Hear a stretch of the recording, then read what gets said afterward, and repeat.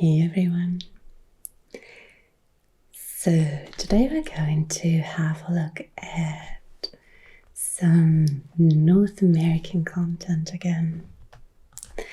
I got this map of Canada sent to me a few weeks ago from a very lovely subscriber, Isabel, who has sent us a map of Quebec before. And another lovely subscriber, Claire, asked whether I could do a video about the Great Lakes. And she sent me a long list of facts to go through. So I figured, let's do that today. But before we open this map here, I thought we could start with an old atlas from Austria. It says here, Österreichischer Atlas für höhere Schulen. And it is from the 1960s.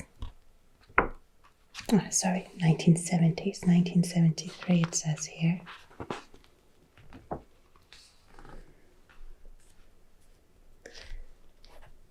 Here says, mit Erlass des Bundesministeriums für Unterricht vom 16.02.1962 zum Unterrichtsgebrauch an Mittelschulen und gleichgestellten Lehranstalten zugelassen. So it was cleared to use in schools in the early 60s, and this is from the early 70s. We have America here. So North, Meso and South America are often listed as one continent, as you can see here. Let's see, 126.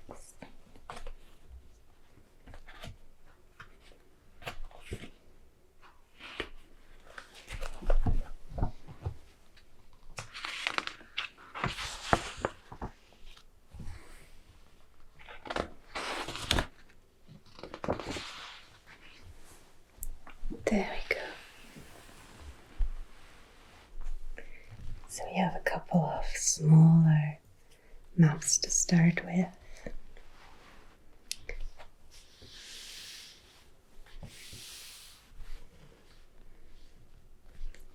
Here we have all of North America.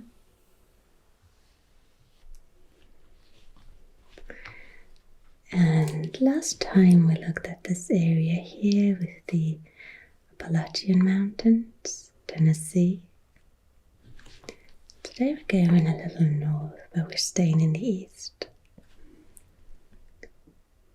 to the Great Lakes.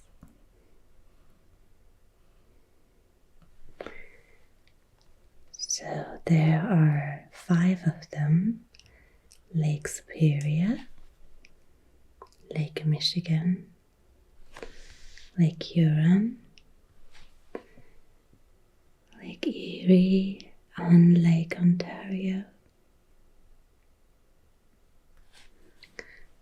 And then you have the St. Lawrence River towards the Atlantic Ocean. So Quebec would be here, Montreal, which we've also looked at before. And you can see here very nicely that they lie along the border between Canada and the US. In fact, we're going to have a look at this on another map later, but the border runs right through the lakes, except for Lake Michigan, which is entirely in the US.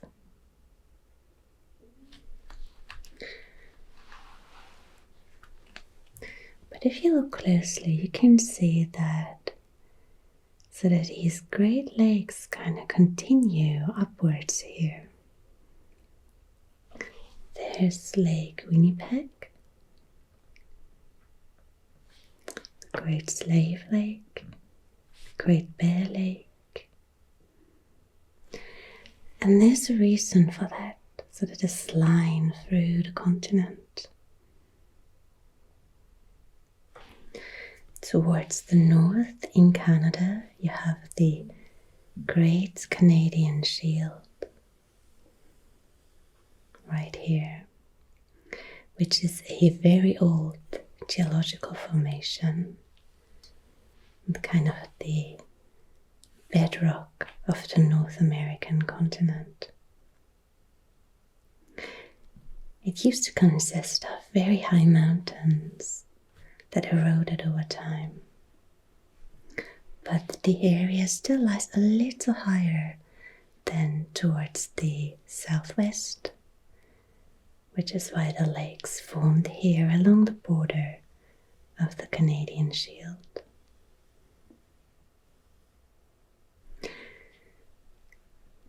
These Great Lakes themselves are relatively young though, about 14,000 years old. So they formed with the last ice age. You had the glaciers reaching all the way down. They formed these basins. And as they retreated, they filled with water from the glaciers. And today you also have rivers feeding into the lakes.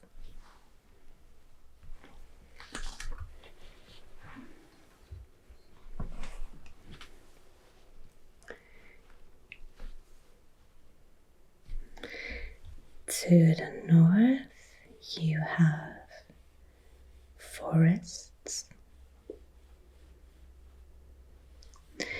but it's a relatively thin layer of topsoil, and you can often see the naked rock peeking through.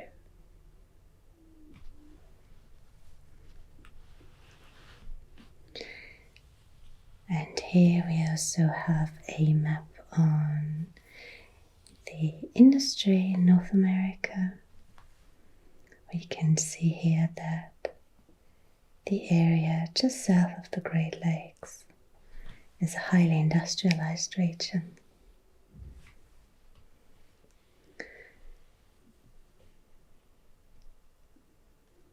It just says here Industriegebiete, but doesn't clarify it any further. But of course here, for example, with Detroit, you had a huge city, about 1.5 million people at the time, in the automobile industry.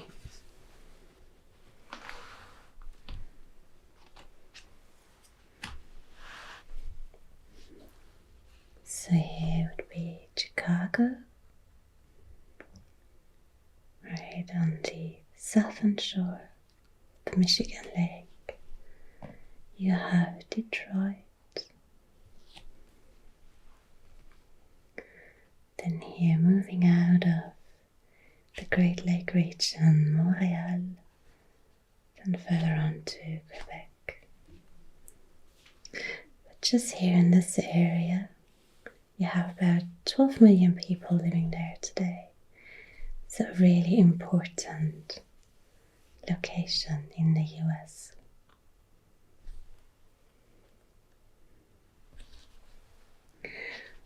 One thing I always find quite fascinating, I've mentioned this before, is that the distances are a little different to what I'm used to. And when I think of a lake, I often think of the smaller lakes that we have here in Austria, where I used to spend the summers as a kid. And I mean, there are some larger ones, but we often went to the smaller ones where you could actually walk around the entire lake in about 2 hours. Lake Superior is actually pretty much exactly the size of all of Austria. So for me, that's pretty difficult to imagine. They are among the largest lakes in the world. In terms of volume, only Lake Baikal is bigger. And Lake Superior, in fact, could fit all of the other 4 lakes. Plus, it has some extra water. So it's quite deep as well.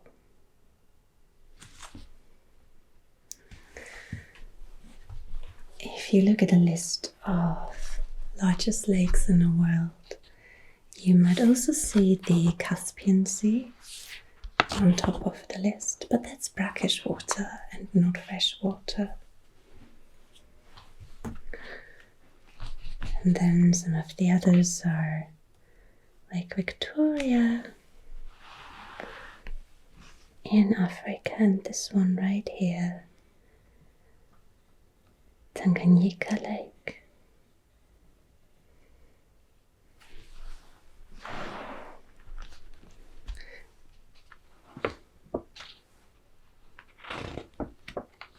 But the Great Lakes fit 21% of the world's surface freshwater. So that really is quite impressive. And again, we can kind of nicely see here this line running through.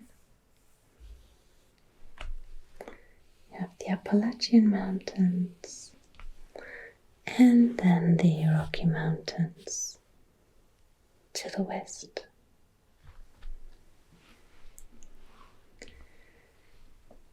There is one extra lake up here, Lake Nipigon, which technically is the 6th of the Great Lakes. But it's a bit smaller and not always included in the list. Water moves from here into Lake Superior.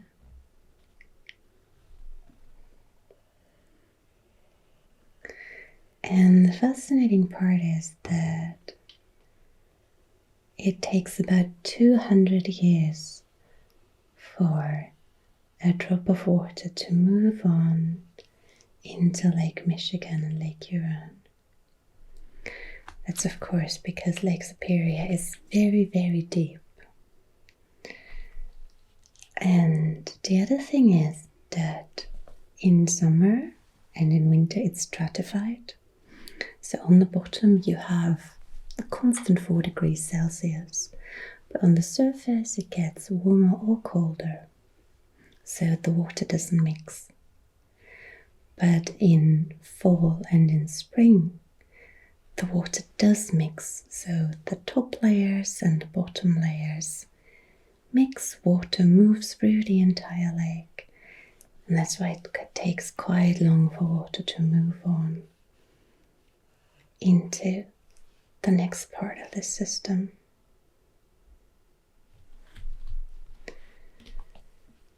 Lake Michigan and Lake Huron are technically one body of water, with the Georgian Bay right here. And there's the Strait of Mackinac right here. That kind of separates them. So we do think of them as 2 separate bodies of water.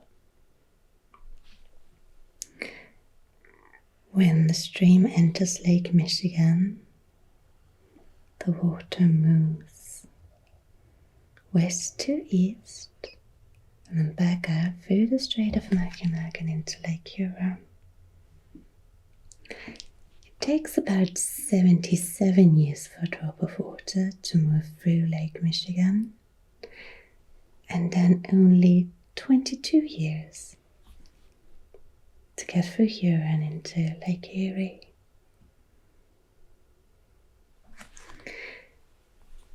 And while we said earlier that the north has a lot of forests, here along Lake Michigan you actually have a lot of beaches. So sand and dunes. The area is sometimes considered to be the third coast of the US after the Atlantic Ocean and the Pacific coastline. So this is pretty great to stay in summer. The lakes themselves can be very cold though.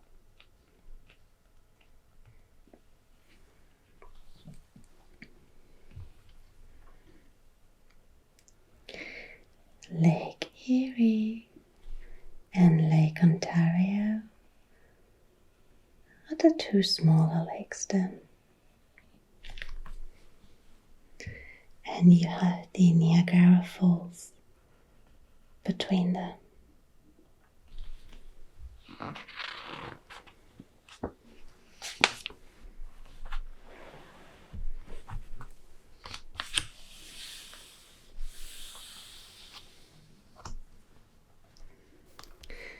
So you can see that Lake Superior, Michigan, Huron and Erie all kind of equal above sea level. 183 meters, 170, 175. There's not much of a difference.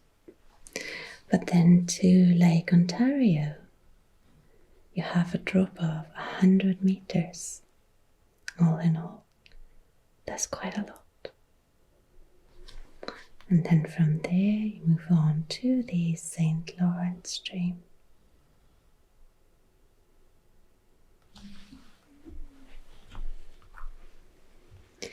And while these lakes have always been connected, you can imagine it was quite difficult to get through by ship, considering the Niagara Falls.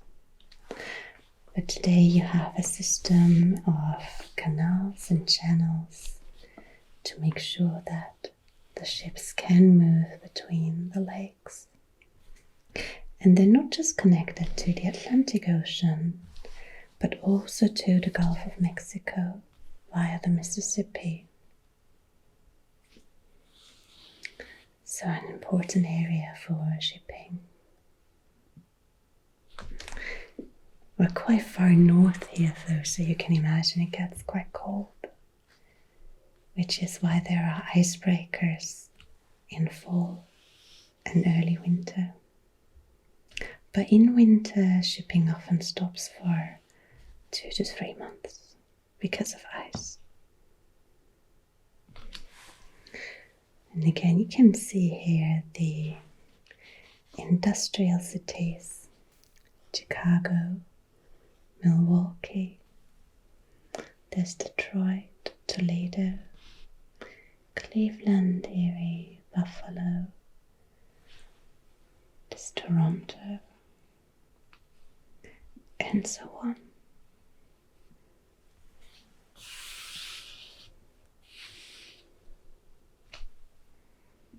Alright, should we have a closer look at them? I have to say I really like this old atlas. I think the maps are just so pleasing to look at. The design's really gorgeous.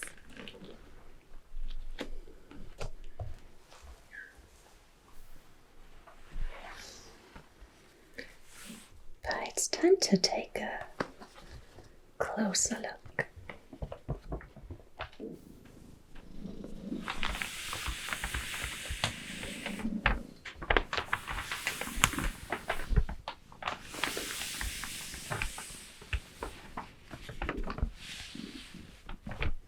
So the map of Canada is a bit too big for my small desk here. But we want to have a look at the southern corner. And someone's come to have a peek as well.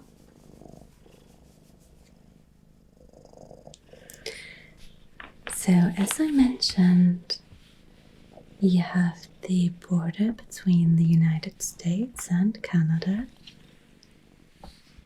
running right through the middle of the lakes. So you have Thunder Bay here in the north, and then in the US, but further south in Minnesota, there's Duluth. The border turns a little to the north and then south again. In a straight line to Sault Ste. Marie. You have the Pukasqua National Park here, and the Lake Superior Provincial Park.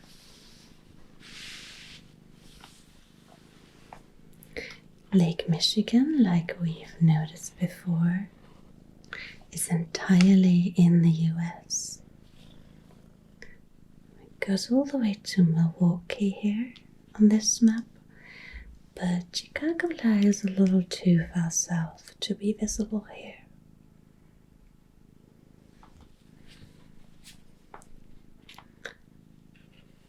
Then here there's Traverse City. There's a road going from Sault Ste. Marie south towards Grand Rapids, Flint. Could go here to Detroit and Windsor. And the border continues here, right through Lake Huron. So the Georgian Bay lies entirely in Canada. And then the border almost drops off the map here. Comes back up through Lake Erie. There's Buffalo right next to the Niagara Falls. And you can see quite a lot of cities here. Hamilton, Burlington, Toronto, Brampton. There's a London, Woodstock, Cambridge, and Waterloo. Lots of European names here. And again, we're kind of losing the border here behind the names of the cities. But then we move through Lake Ontario, taking a turn northwards towards Kingston. And then just following the St. Lawrence River for a little bit to Cornwall. And then the border moves away again. And the St. Lawrence River moves through Quebec towards the Gulf of St. Lawrence. So in Canada, basically Ontario is the province that borders the Great Lakes. But in the US you have a couple of different ones. I've mentioned Minnesota, there's Wisconsin, Michigan, Pennsylvania, New York. And here in the south there should be 2 or 3 more, but I'm not sure I remember them correctly, so let's skip that part.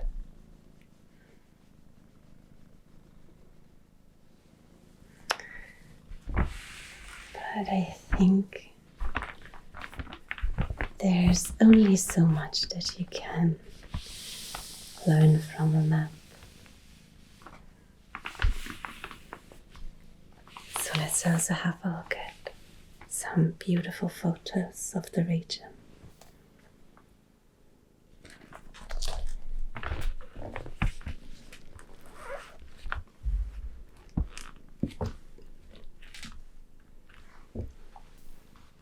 So it says here that the Great Lakes were formed about 13,000 years ago during the last ice age. And the glaciers were several kilometers thick.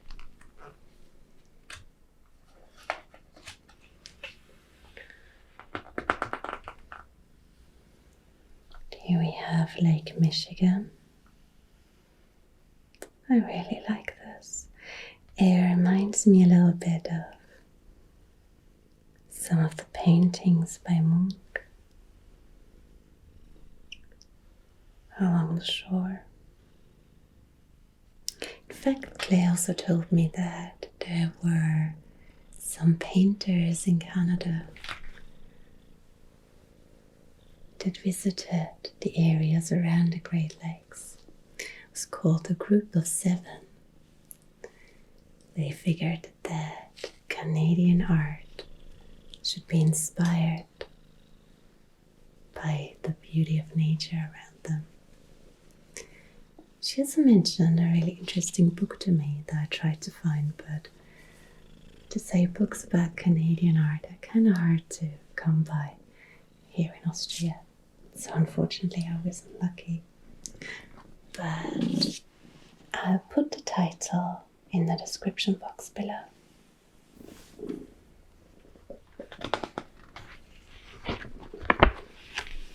And this is a photo that I found really impressive. The Great Lakes in winter, with Lake Superior here in the north. Michigan, Huron, Erie and Ontario. And you can see the ice forming here along the shoreline. Since Erie and Ontario are smaller, there's a greater chance that the ice covers the entire lake. And of course Georgian Bay as well. It's a smaller body of water and you can see the ice extending almost across the entire bay. But then I'm also really fascinated with these formations here. And I'm not entirely sure if these aren't actually clouds that just lie across the landscape. But I can't say for sure.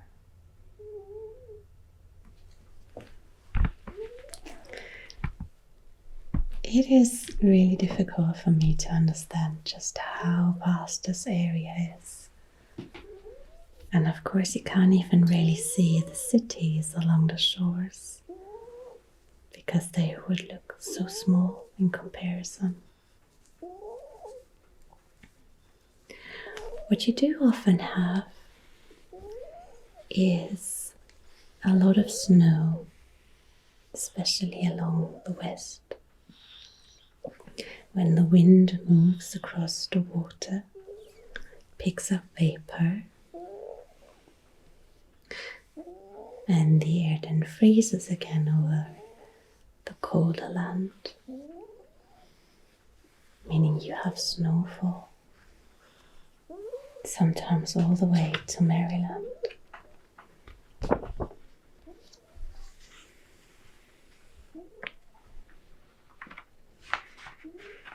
You also have bears in the area. There's the Pocasqua National Park in Ontario along Lake Superior.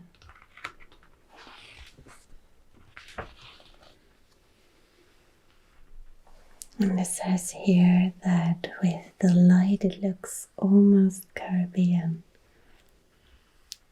But the water temperature is usually relatively low. But I heard it's quite healthy to take a dip in colder water.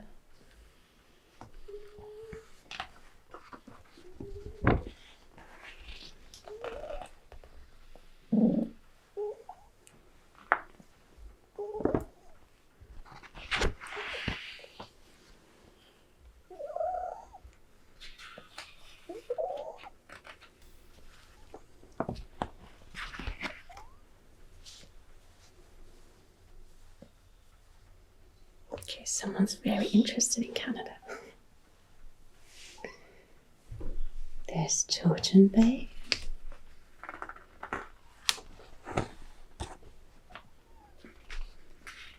The Algonquin Provincial Park.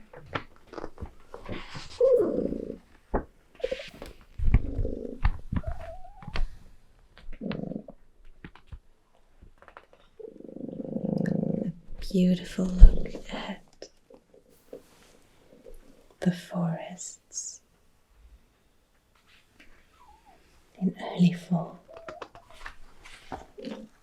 And finally, a look at Niagara Falls.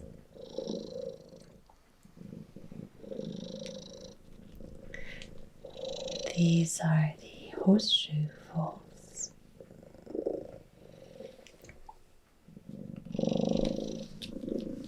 And I have a feeling you might get quite wet if you're on a boat this close to the falls.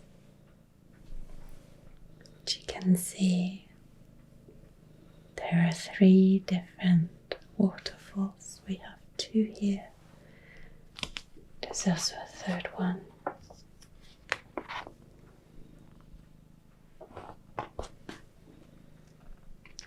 Beautiful